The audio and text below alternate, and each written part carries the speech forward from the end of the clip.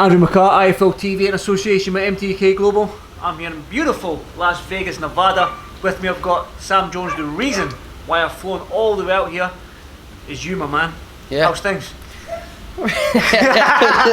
Yeah, it's really good, mate. We're doing really good. Joe's just getting into the swing of things now. He's just bedding back in with Salas and it's going really well. Really good. Let's talk about Joe. Then he's behind us in the pool, He's doing there, butterflies, doing dives, swan dives and whatnot, doing all sorts of things. I mean, great fight for Daniel Dubois. It was talked about for months and months and months. Was it difficult for you and obviously everyone involved to get through the line, over the line? I've asked that a few times. There was a few stumbling points because, like me being me, like Joe genuinely doesn't care. But like me, I was like, why does it have to be Dubois Joyce? Because of this Dubois Joyce, little things. But there wasn't any major things because both men wanted the fight. So I think when both men want the fight, it's good money. The fight normally happens when two fighters want it, and Joe just said, "Get me the biggest fight out there." He had a few options. He had the Hrgovic on the table, but this is a much bigger fight, and it's the fight the fans wanted to see, wasn't it? So Joe's in a position that he's 34 years old. He's ready. He's in the prime of his life. We're ready to take this fight. Daniel Dubois and Joe Joyce are in the same sort of stage in their careers. Yeah. In life, 22-year-old and 34-year-old. Yeah. Is this the right time for Joe, with his amateur experience and the way he's came through the Olympics and whatnot? Is this the right time, the right moment to get something at Daniel Dubois? Yeah, 100%. Let me level with you on this. You've got to think, Daniel Dubois is, as I keep telling everybody, I rate him highly. I do. I've always said, Joe does as well. We both rate him. But he's 22 years old. He has fought nobody, amateur or professional. I'm not going to disrespect Nathan Gormley. But Nathan didn't turn up that fight, as I kept saying. He didn't turn up for the fight, but he still got the job done. He looked spectacular. Fair play to him. He's been all around the world, Joe. He's been all around the world, and experience is going to be key in this fight. It's like when and before anybody starts saying, he's comparing Joe to Mayweather. Comes the YouTube I'm not. Yeah. Here comes the YouTube comments. But when Floyd Mayweather fought Canelo, boxed him at the right time. Because even if Joe beat Daniel Dubois and Daniel Dubois was 27. A world champion, it would still be, Dubois a hype job. So no matter when Joe beats him, there's always there's always a if and there's a but after a win. So we're gonna fight him now when he's 22 years old.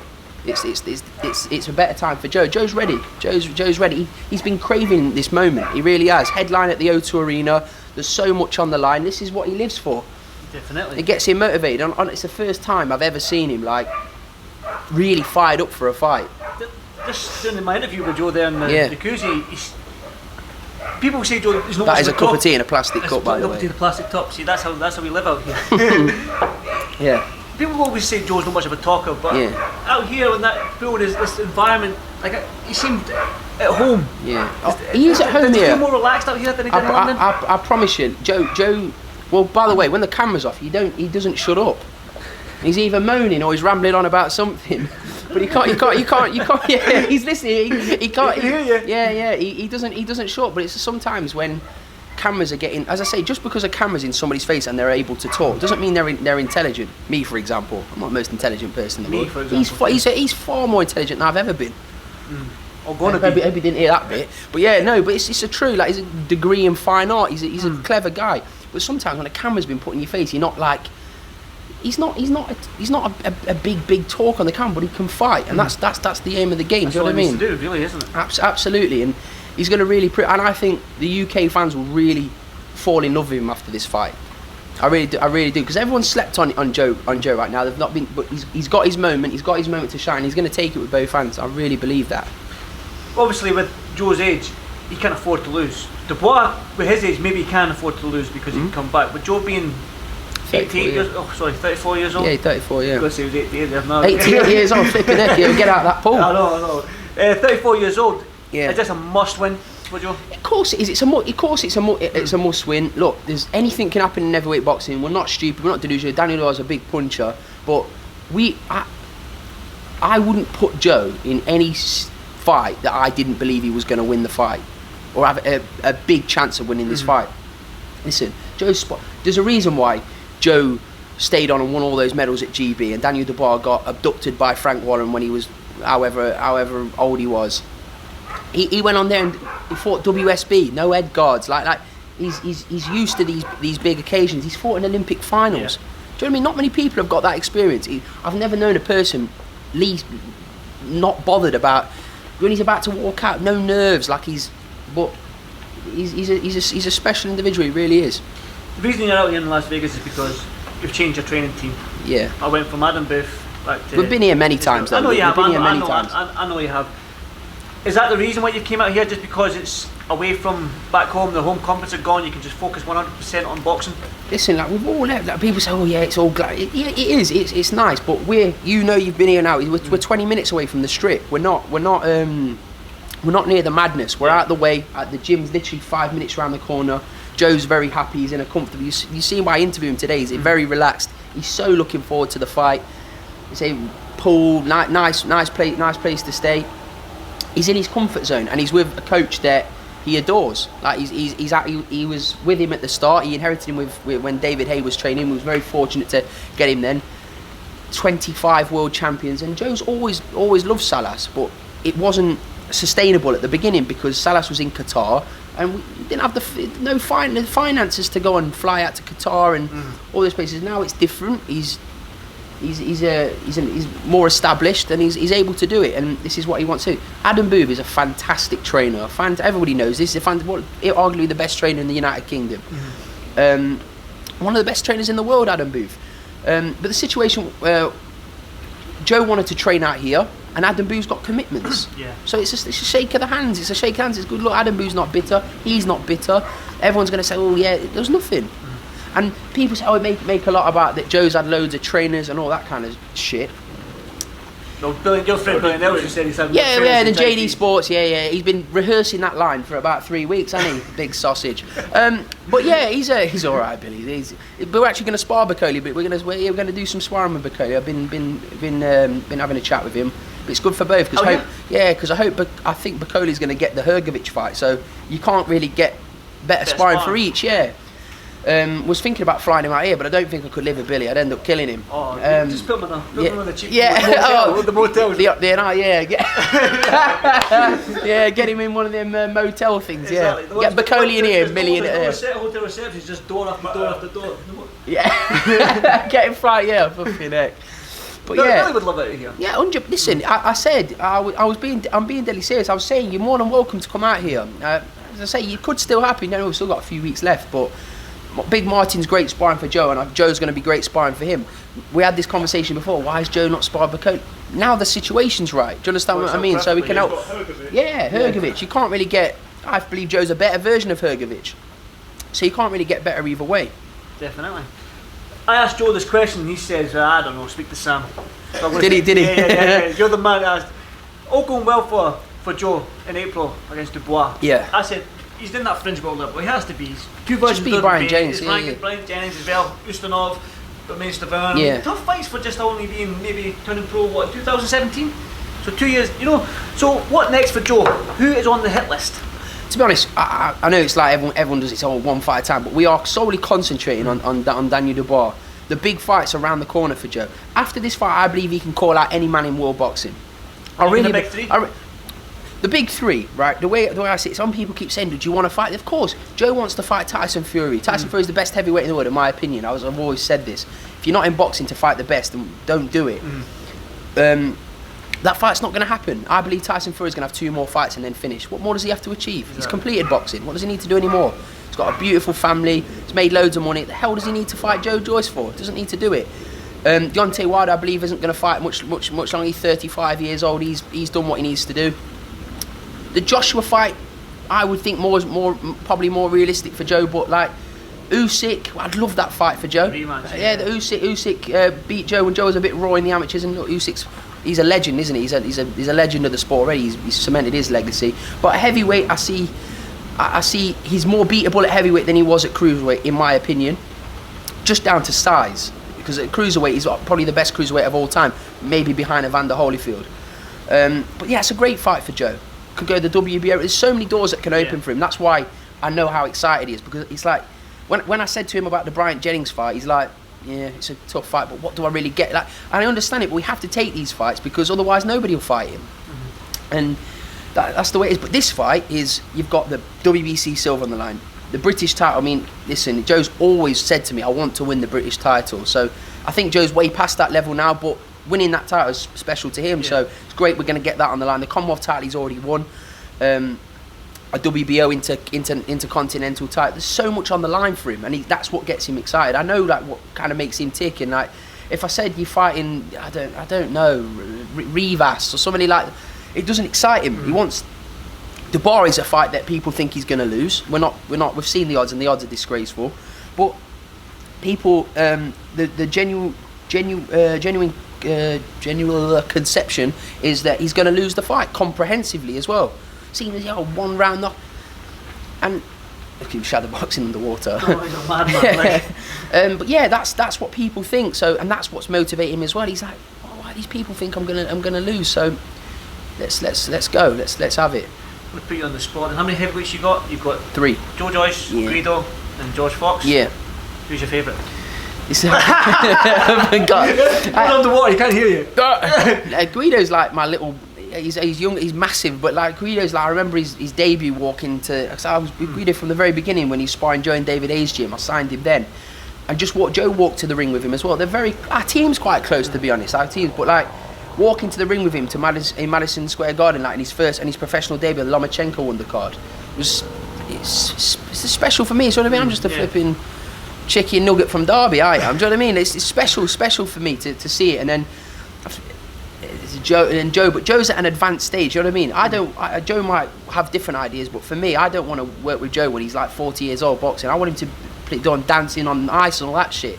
I don't want him to. What does he need to get punched in the head for? Like when you're 40 years old, I want him to make loads of money, fight the best there possibly is, and retire with a decent legacy. And your head's still. And his fight. Yeah, faculties all intact. He doesn't need. He's got other talents. Some people can only do that. He can do a number of different things. He really can. He can do a number of different things. So, in boxing, a few years, and then win it for a good time, not a long time. That's right. Yeah. Yeah, and then Guido will have his moment. Oh, I've only seen Guido fight once, and like he's coming in the right time for this heavyweight division because right now the heavyweights are. It's lighting up again. Maybe people said it last year. It's on fire. It's on fire. You've got young guys like Joe Dubois putting it on. He's called you young there, Joe. High fives all around.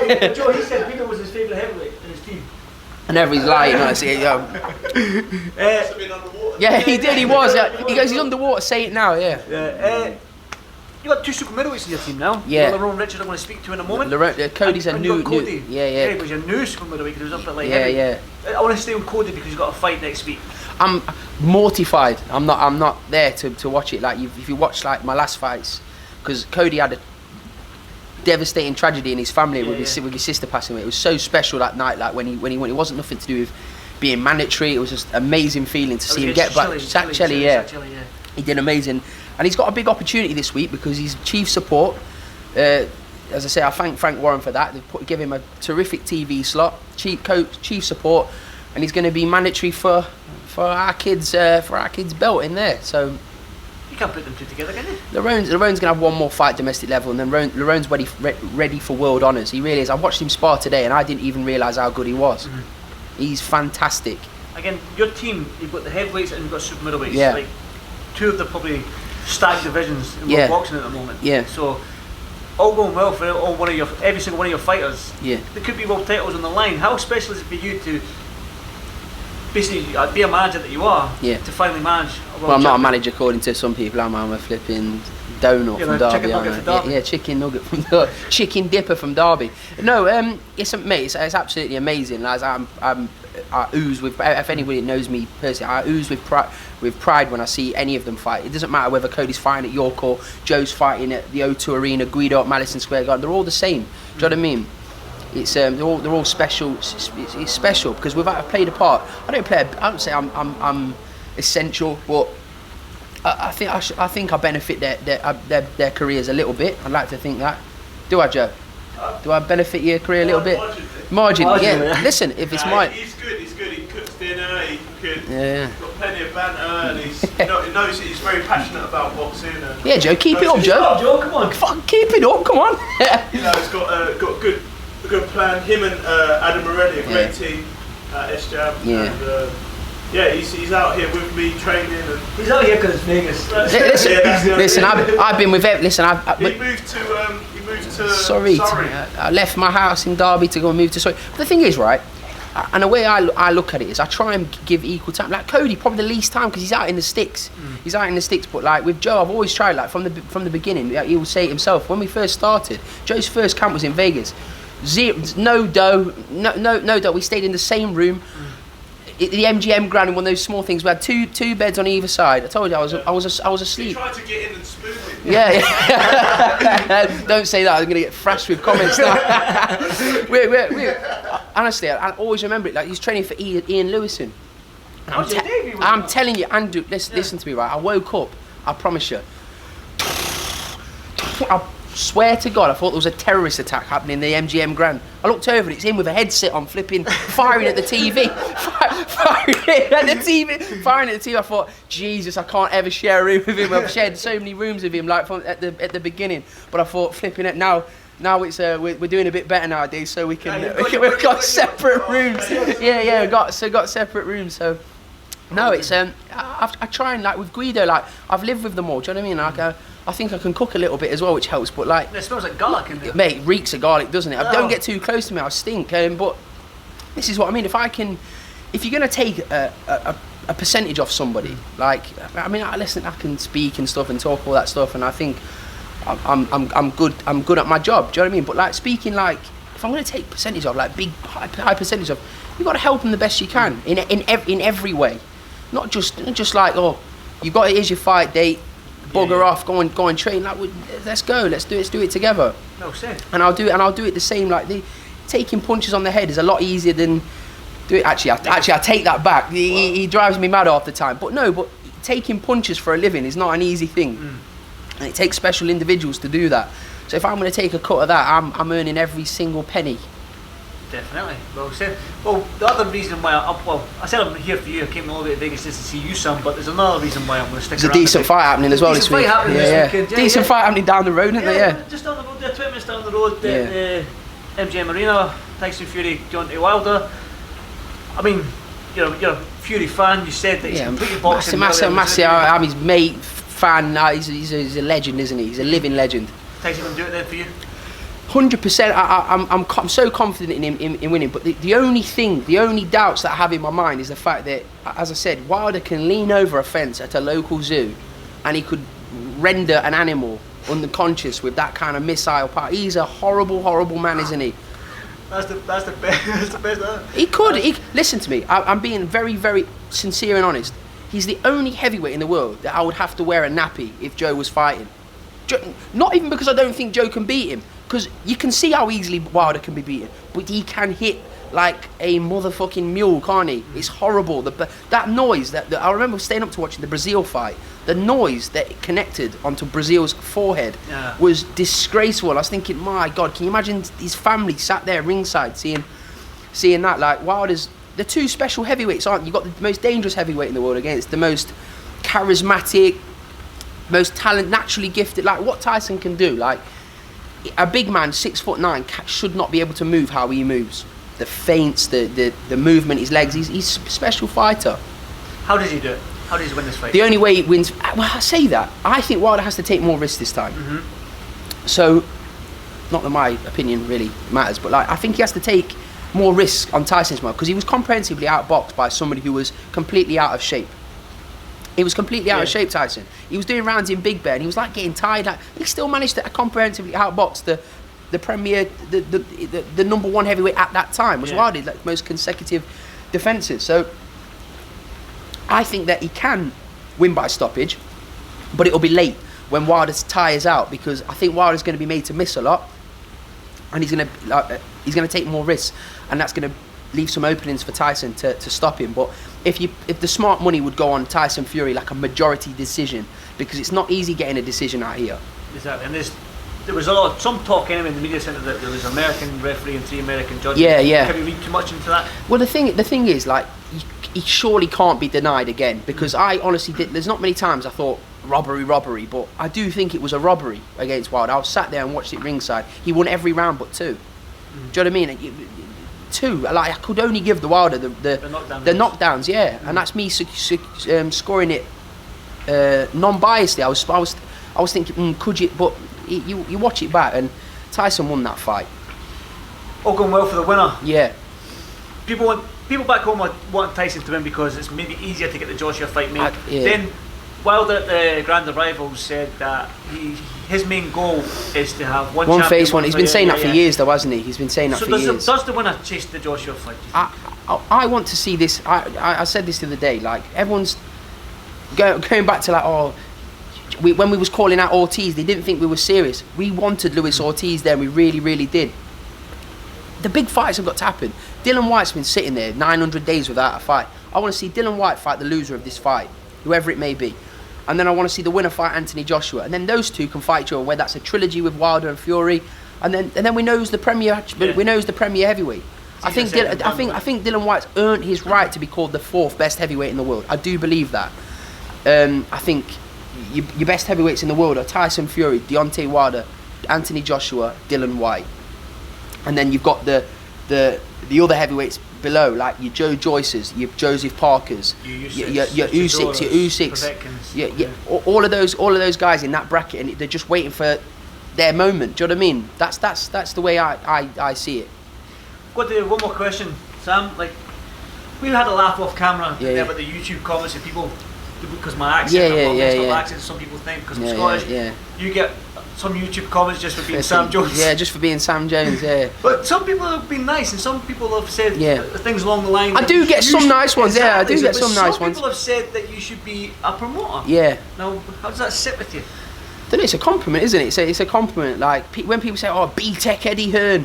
Listen, at least I'm a B. I'd rather be a B-Tech Eddie Hearn than a B-Tech Dan from Sainsbury's. You know what I mean? Like it's a compliment to me. Yeah. I'm from a very normal background, so it's a compliment to me. Eddie Hearn's. Would you promote? Eddie, you can never say never, can't you? I'm doing my job right now. I've got a job to do, and I want to see it through. But like, who knows? Like, I think I could lead a press conference pretty well. Well, what I'm thinking is when we look at promoters like Bob Arum, like he says, legend of the sport, but he can talk. Yeah. Eddie Hearn, he can talk. Barry Hearn, he can talk. Yeah. All the top promoters have got the gift of the gab. Frank Warren, exactly. Can all promote.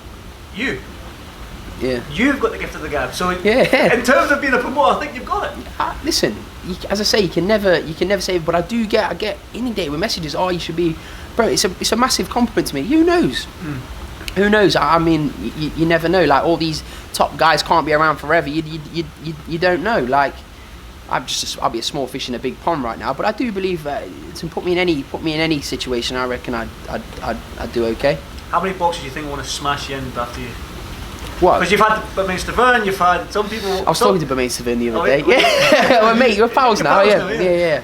How many boxes do you think want to smash you clean with the teeth? I don't know. I think Daniel was looking at me the other day, but I think he was kind of laughing. Yeah. But you don't know. Who knows? If someone wants to.